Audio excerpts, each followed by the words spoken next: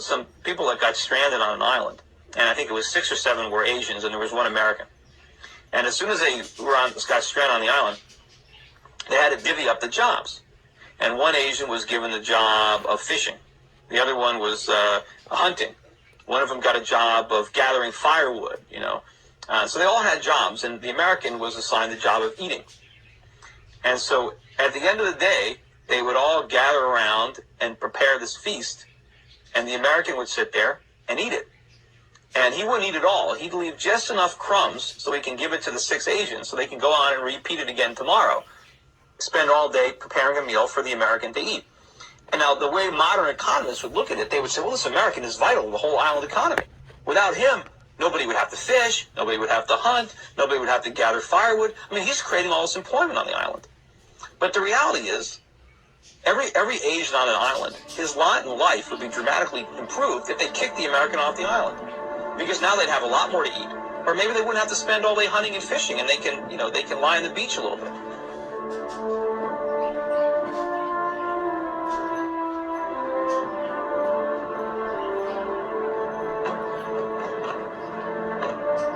Why do you think that a recession is coming? Just how bad is it going to be? I think it's going to be pretty bad. Whether it starts in 07 or 8, I think, is immaterial. And I also think it's going to last not just for quarters, but for years. And what's going to happen in 2007 is a lot of these artificially low ARM payments are going to be reset upward. You're going to start to see both the government and the lenders reimposing lending standards and tightening up on credit. And you're going to see a lot of the speculative buyers turn into sellers. And these sky-high real estate prices are going to come crashing back down to earth. And what's going to happen now is we're going to see the subprime type loss scenario unfolding in other asset classes, such as bonds backed by auto loans, credit card debt, and that's really going to pull the rug out from under the consumer. You've got these cronies in Washington, they're like little kids with a chemistry set, and they keep on throwing these chemicals together, trying one thing after another. They hope they're going to stumble on a miracle, but they're going to blow us all up. Where are the real conservatives? There was one, Ron Paul, but they drummed him out of the Republican Party. He's talked about all this, he's warned about all this, but everybody has ignored him, and others like him. I mean, I get marginalized in the mainstream financial world, just like Ron Paul has been marginalized in the political world. Ron Paul really has no business being on stage as a legitimate representative of Republicans. So, Congressman Paul, and I'd like you to take 30 seconds to answer this. You're basically saying that we should take our marching orders from Al-Qaeda? Are you suggesting the United States of America caused the attack on 9/11? That Ron Paul is a no one who wanted to make a name for himself. Another question about electability. Do you have any, sir? There's always the question as to whether or not you... When we make a mistake, it is the obligation of the people through their representatives to correct the mistake, not to continue the mistake. And that's what we do on the floor of the... No, we're dug a hole for ourselves and we've dug a hole for our party. And we're losing elections and we're going down next year if we don't change it. We're going down next year if we don't change it.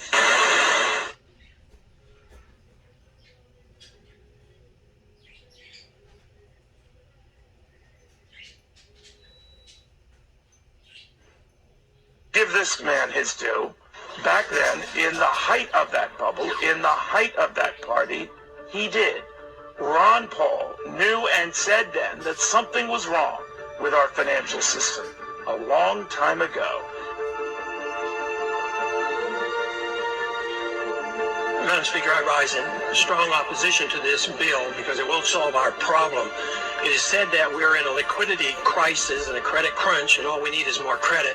The Federal Reserve has already injected over $1 trillion worth of credit, and it hasn't seemed to help a whole lot. Injecting another $600 or $700 billion will not solve the problem.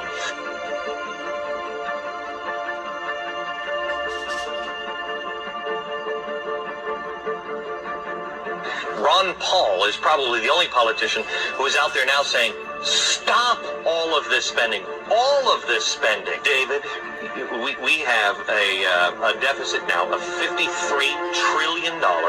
That means that every American has an implicit mortgage of over $175,000 each. Each household has an additional implicit mortgage of over $400,000 each.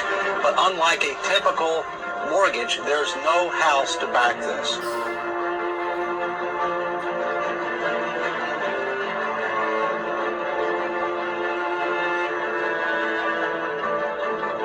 This is the reality of the crisis in the U.S. economy. People who used to own their own homes are living hand-to-mouth on land once occupied by those less fortunate. In the last month, some 60,000 houses were repossessed, their occupants forced out when they could no longer meet ever-increasing mortgage payments.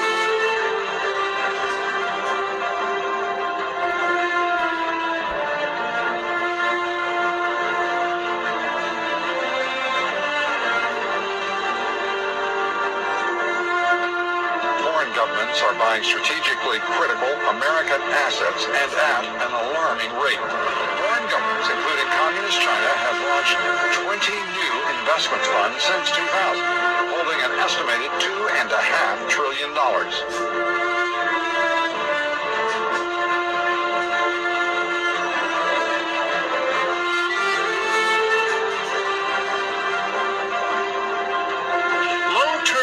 Disastrous, because everything we're doing here, everything we've done for 6 months, we've already pumped in $700 billion.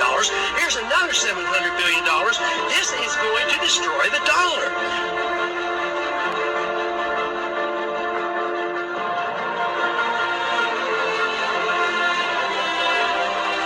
The Constitution was written very precisely to restrain the power and force of government and to protect the liberties of each and every one of us.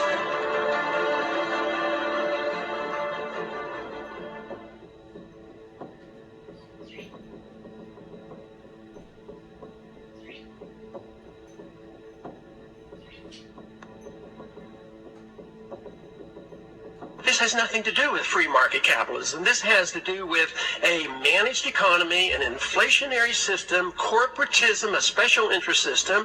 For the past several years, everybody thought we had a real economy. We didn't. We had a bubble. All we did is borrow trillions of dollars from the rest of the world, and we blew all the money on consumption. We can't pay the bills. The asset bubbles that were inflated by reckless monetary policy are deflating around us. We're looking at a symptom. We're looking at the collapsing of a market that was unstable. It was unstable because of the way it came about.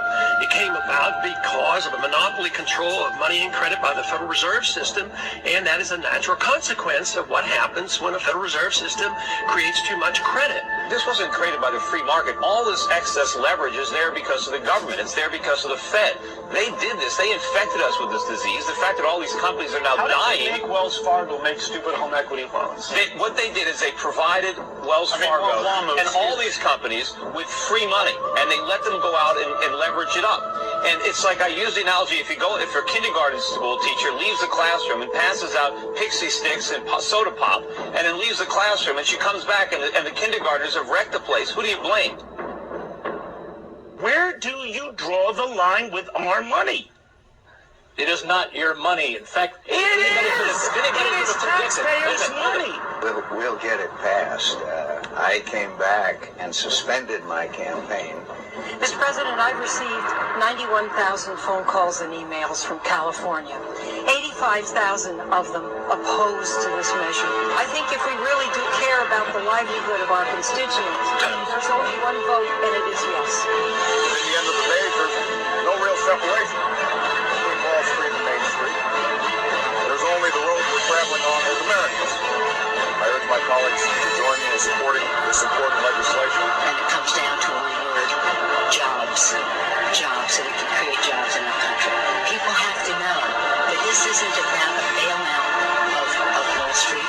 we look forward to working closely with Congress to resolve this financial crisis. So I propose that the federal government reduce the risk posed by these troubled assets and supply urgently needed money so banks and other financial institutions can avoid collapse and resume lending. There we go. Investors unloaded stocks in a frenzy